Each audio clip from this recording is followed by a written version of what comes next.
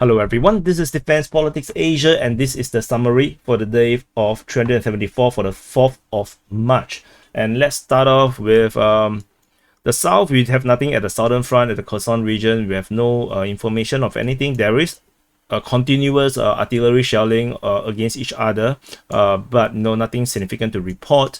Over at the Zaporizhia line, we have a Ukrainian Mi-8 Mi-8 helicopter getting shot down over Novoselivska.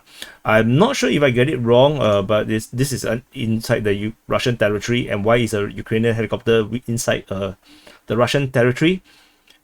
Is a question we should be asking. No, why are you here? So maybe there is some kind of a commando raid or something that they are attempting, flying in and try to drop troops and to do some guerrilla warfare or commando raids or sabotage perhaps, but it got shot down by air defense.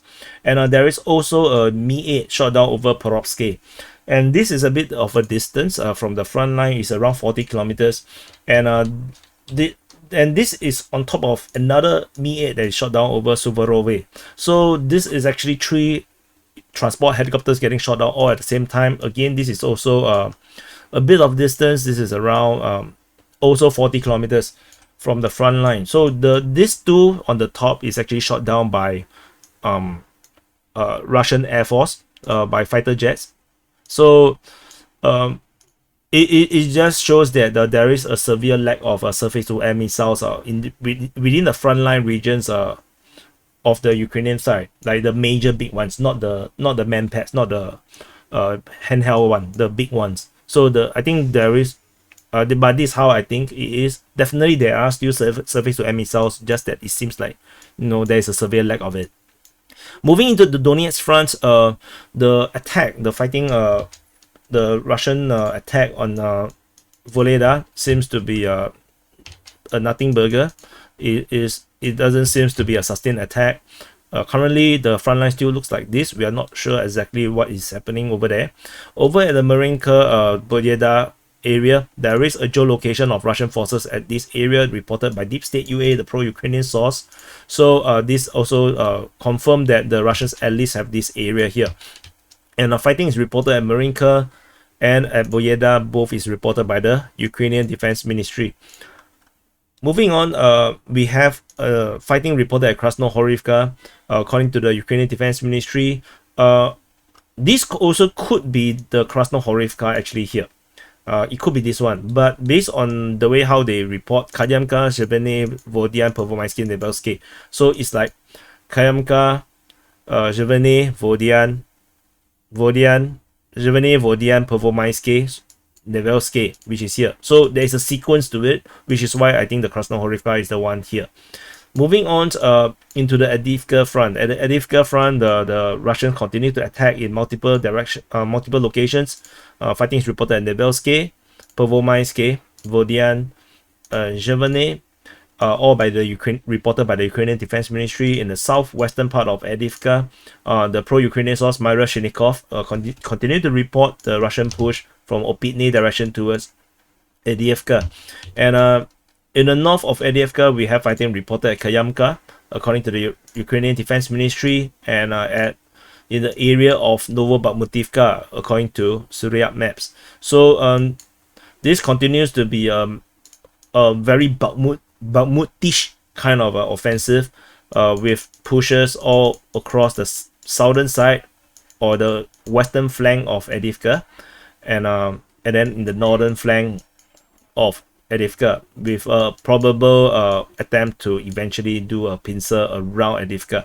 So moving on from Avdiivka, there's nothing at the New York front. Moving into the Bakhmut Front. So at the Bakhmut Front, we have nothing in the southern side. The main big thing that is happening over at Bakhmut is actually the Ukrainian withdrawal from the city of Bakhmut. It seems like they had enough, and the pro-Russian source Ryba reported that the Ukrainian forces is now withdrawing from the central and western district of Bakhmut.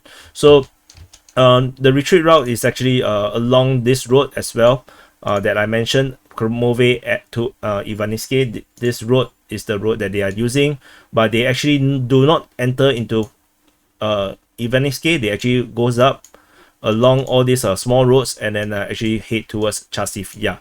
So this is the road that they took. Fighting is reported around Ivaniske, with the Ukrainians counter-attacking in the west of Ivaniske, while the Russians are attacking Ivaniske, according to the Ukrainian Defense Ministry. At Ivaniske, the Ukrainians are also attacking south of Ivaniske, so the Ukrainians are actually attacking from Chasiv Yar and Ivaniske, while the Russians were actually trying to attack Ivaniske.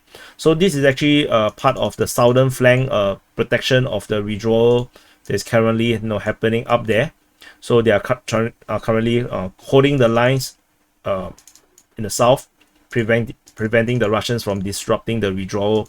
So over at the Bakhmut city itself, the Russians continue their push in the southwestern part of Bakhmut, in the southern part, in the eastern part, and in the north.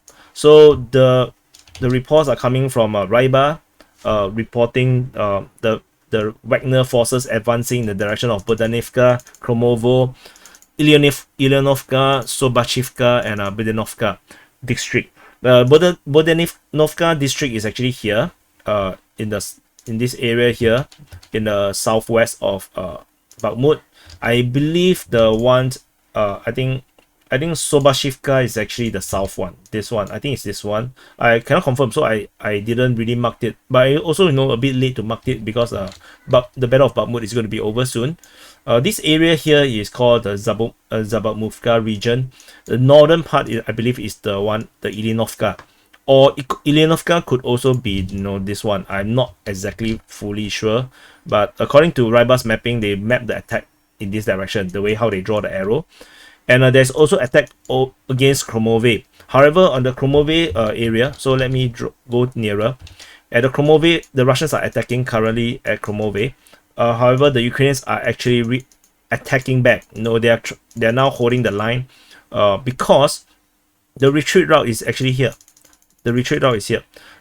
So the Ukrainian forces are currently needing to use these roads to retreat and then go upwards. So go upwards, towards the Chasiv Yar direction, which is why this area here is the weak spot with. So they are definitely trying to hold this line. And in terms of the Wagner forces, I'm also not sure if they really want to take out this withdrawal route, because if they take out the withdrawal route, then they will cause a mass encirclement, and I'm not even sure if Wagner actually wanted that. So because if they really want to encircle them all, there is no need for him to do the video to tell the Ukrainians to actually make the withdrawal. So but this is actually what's happening. And along the Kromove Chasiv Yar road, which is this road here, the Ukrainian forces is also attacking. They are also attacking from this road up, and also attacking in the eastern part of Bodanivka. They are trying to hold this line here to prevent the Russians from going into the road and actually attacking in this area here and break the road, because the reinforcement route coming from here actually move up in this direction. So the Ukrainian forces need this road here, and this area here is another weak spot. So if the Russians manage to capture this area here, then the entire withdrawal will be a disaster. So the current juncture with the Ukrainians actually withdrawing from Bakhmut, this is a very critical time. With the Russians able to take, actually the arrow is actually wrong. Yeah, this withdrawal is extremely like for any major withdrawal, for the Russians withdrawing from the Kiev region or the Kherson region, is always a very vulnerable time. So if any of this spot get captured by the Russian forces, the entire Ukrainian forces will be stranded right in the middle in an unfortified defended position, and they can be wiped out very easily. So so this kind of tactical withdrawal is very important to have all these counter-offensive trying to hold back the attackers. Moving on to the northwest part of the Bakhmut city, we have fighting reported towards Bodanivka, fighting towards Krychorivka, and there's fighting near the Bovo Vasilivka as towards Orikovo, Vasilivka. So with the Russians continue to make this push, and this push here has nothing to do with the Battle of Bakhmut. This push here is actually to encircle Chasiv. So if the Russian forces is able to do this, they are able to swing south and give just and block out Chasiv. So I think you cannot see this. Chasiv here, and if they push here in this direction, they capture this, they will be able to encircle Chasiv from the rear. So this is actually have nothing to do with the Battle of Bakhmut. Moving on, we have fighting reported at Vasilkivka, according to the Ukrainian Defense Ministry. There's fighting reported at Zalynyansky as well. All this information are coming from the Ukrainian Defense Ministry. So for those that are pro-Ukrainian, you cannot complain that I'm pro-Russian, because most of the information is actually Ukrainian. Into the Sivers front, there's nothing happening except that there is still fighting reported at Bilohorivka in the Luhansk region. But we have no details reported by the Ukrainian Defense Ministry, and they are now into the Kreminna Front. At the Kreminna Front, we have fighting reported within the Serebransky Forestry, according to the Ukrainian Defense Ministry. Shelling is reported near Kuzmene, according to the Russian Defense Ministry. Kuzmene is actually this town here, but because we know that the front line is around here, so the shelling is actually probably around this area here. And there is also fighting towards Toske, according to War Gonzo, the pro-Russian media, and they also reported the same for Terny. The Russian Defense Ministry only reported shelling at Yampolivka. According to the Russian Defense Ministry, they are also shelling near Chevrno-Popivka, which is here. This is Chevrno-Popivka. And north of Chevrno-Popivka line, we have the Russians attacking in the area of Ploshchanka, Makievka, and Nevelsky. Information coming from the Ukrainian Defense Ministry, Deep State UA, and Deep State UA. Deep State UA is the pro-Ukrainian source, one of the most reliable pro-Ukrainian source. They have their own mapping, which is a bit rude. But never mind. And then moving away, at the Sviatove front, this is Sviatove city. So this is the front line of the Sviatove front. There's fighting reported at Novoselivsky, which is the small little village or town west of Kuzimivka. So this fighting is reported by Russian Defense Ministry. They say active action of the Zapad group of forces, and this small little town continue to be so difficult to capture, and I have no idea why is it. Moving on into the Kupyansk Front. So this is Kupyansk city, and at the Kupyansk Front we have fighting reported at Tabaivka, at Timkovka, and at Granikivka. So this seems like a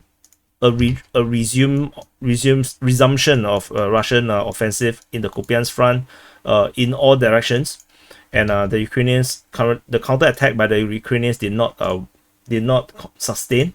So the Ukrainians are continuing to hold the lines, and I'm not sure if the Ukrainians have enough forces to actually continue to hold the line in this area, but I will assume that they have. So that's all from the Kupyansk Front, and I think that is everything that I've covered everything. So this is the summary for the day of 374 for the 4th of March, and do press the like button, subscribe if you have not subscribed, share this with your friends and family. We are very close to 60,000 subs, so make that final push DPA over the 60,000, and I'll see you in the next update.